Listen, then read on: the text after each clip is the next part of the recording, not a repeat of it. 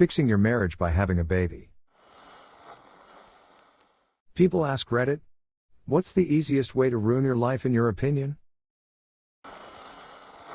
Picking the wrong partner. Reply, especially if you have kids together. Having a kid together is not a good reason to stay in a bad relationship. My life, and that of my child, improved exponentially the moment my ex and I broke up.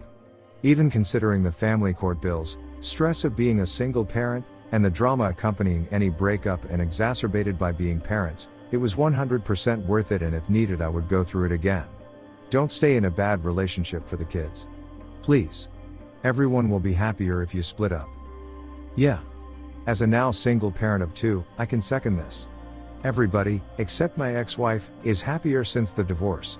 She's about as unhappy with everything as she already was. Both of my kids have told me that they wish I had ended the marriage sooner. That is, in fact, the only thing that they hold against me. Bad decisions for good reasons are still bad decisions. Oof. This. I dropped out of college, cut off my family, was put into debt, and bounced around from minimum wage job to minimum wage job for a woman who was an abusive cheater. I married her too. It didn't even last 3 months after the marriage.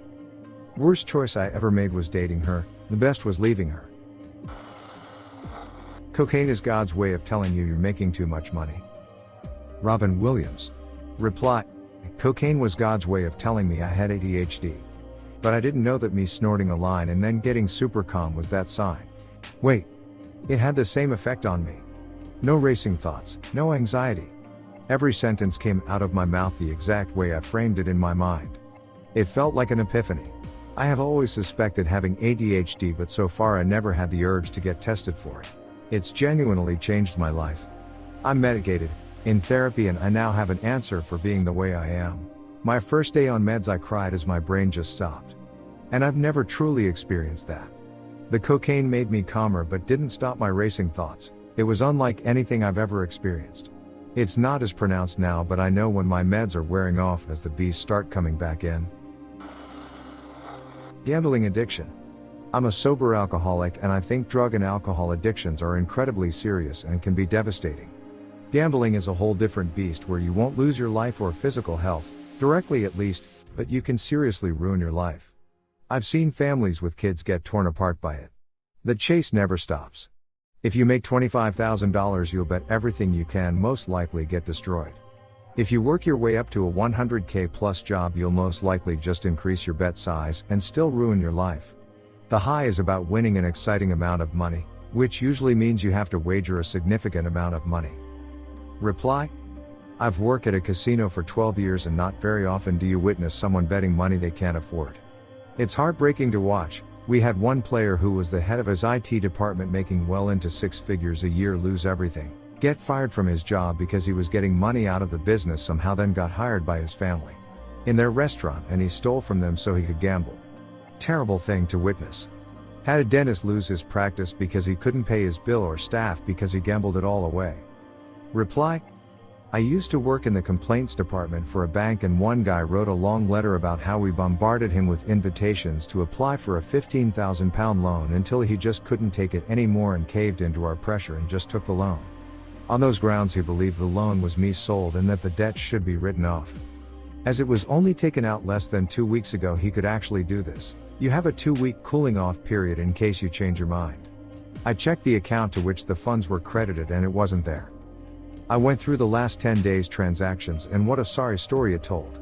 As soon as the £15,000 went in, he was spending £100 or £200, sometimes £300 a day through online gambling sites.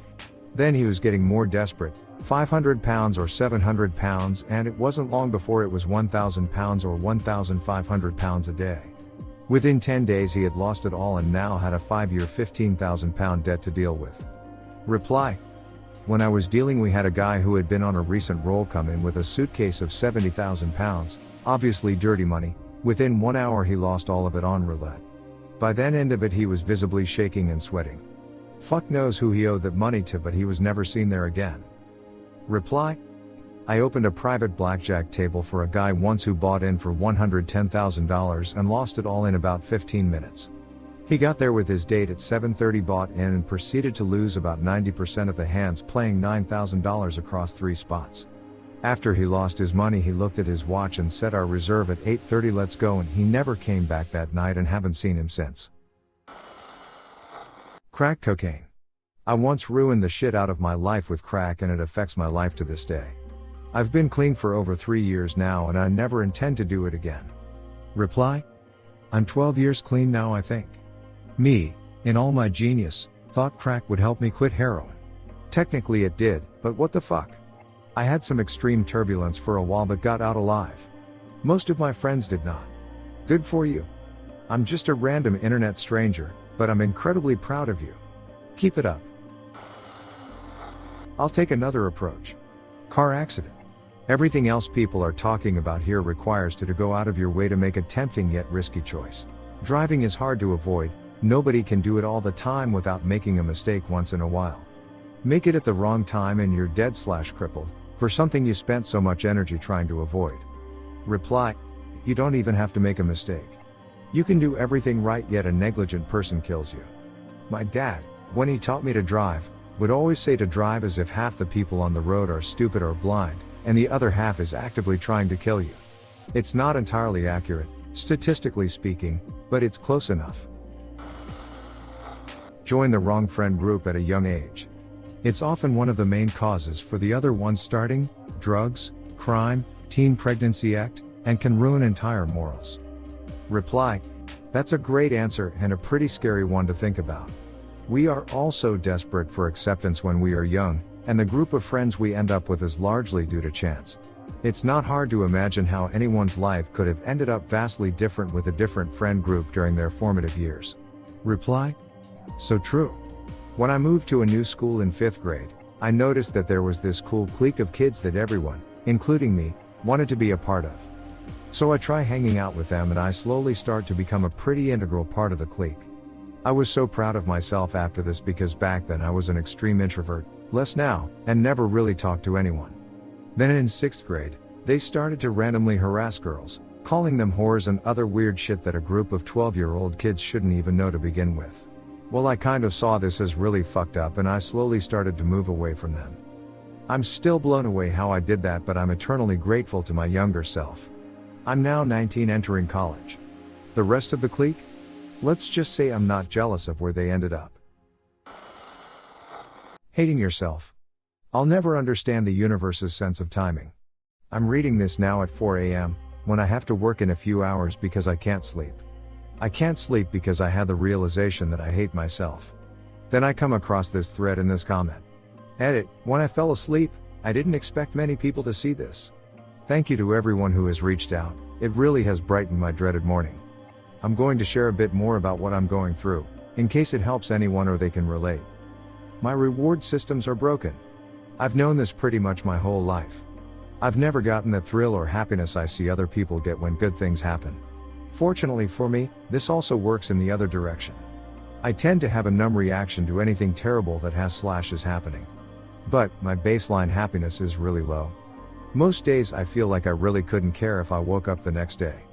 I find myself waking up because I have family that cares for me, but is also severely dependent on me. I fantasize about running away and getting a cabin in the woods or somewhere else remote, and concentrate on restarting my life in a way that could possibly make my days happier.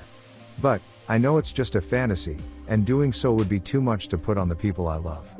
At least that's how it seems. And I know it's just a fantasy and probably won't work, so the feeling fades, until it comes back again. I have been diagnosed with ADHD, and I've been on a slow-release Ritalin for it before. It definitely picked me up, and my doc said as a stimulant it could have that effect. I took it for a couple years, before I started to worry about it. I put on a lot of weight, and I felt like I was burning the candle at both ends. My days would end in utter exhaustion, but they were overall better than they were before. The feeling was enough to get me to stop seeking it out, when the psych practice I was going to dissolved. It has been about 8 years now. Last night, I had the realization that I am privileged and have means for most things that should make someone happy, but I am not. My dad passed less than a year ago, and I have a lot regrets about not fully understanding the battles he was fighting. I think he was just like me, but for a lot of my teenage years I used to judge him for it. Beer was his escape, and he used to escape often. I wish I could have been his ally through those times, and I think it would have helped me too. I self-sabotage a lot, and that was part of my realization. I understand now that I punish myself at times. My inner dialogue has been outright awful lately, but I at least know when to ignore it. I am going to seek out a psych again soon, hoping I can get some type of helpful therapy that does not involve medication. I'm tired of feeling sorry for myself and want to concentrate my energy on helping other people if I can. I want to take better care of myself for my family's sake. I know as I get older, if I let my health continue to slip, I'll regret that too. Thank you for listening. Much thanks to a few of you that provided resources to look into.